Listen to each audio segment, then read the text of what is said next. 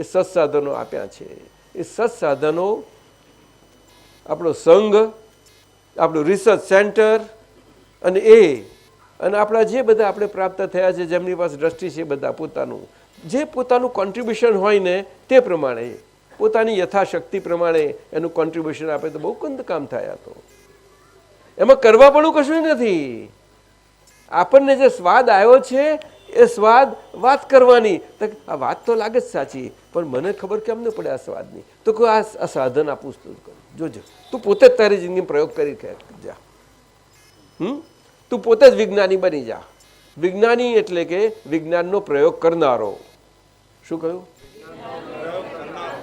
તો દરેક મનુષ્ય જીવે છે, તો મનુષ્ય જીવે છે, જીવવાનો એનો પ્રયોગ, એ પ્રયોગનો કરનારો પોતે થઈ જાય. તું આ સત્સાધનથી ના સમજાયું સાહેબ? હા વાત છે, બીજું કશું જ નહીં. અને પ્રયોગ કરનારો ના હોય તો પછી પ્રયોગ નથી, હર્ષદભાઈ. પણ પ્રયોગ કરનારો પ્રયોગ કરે છે, તે પ્રયોગ અને પ્રયોગ કરનારો બે નોખા જ હોય કાયમના. નહીં સમજાય? આ વાત છે.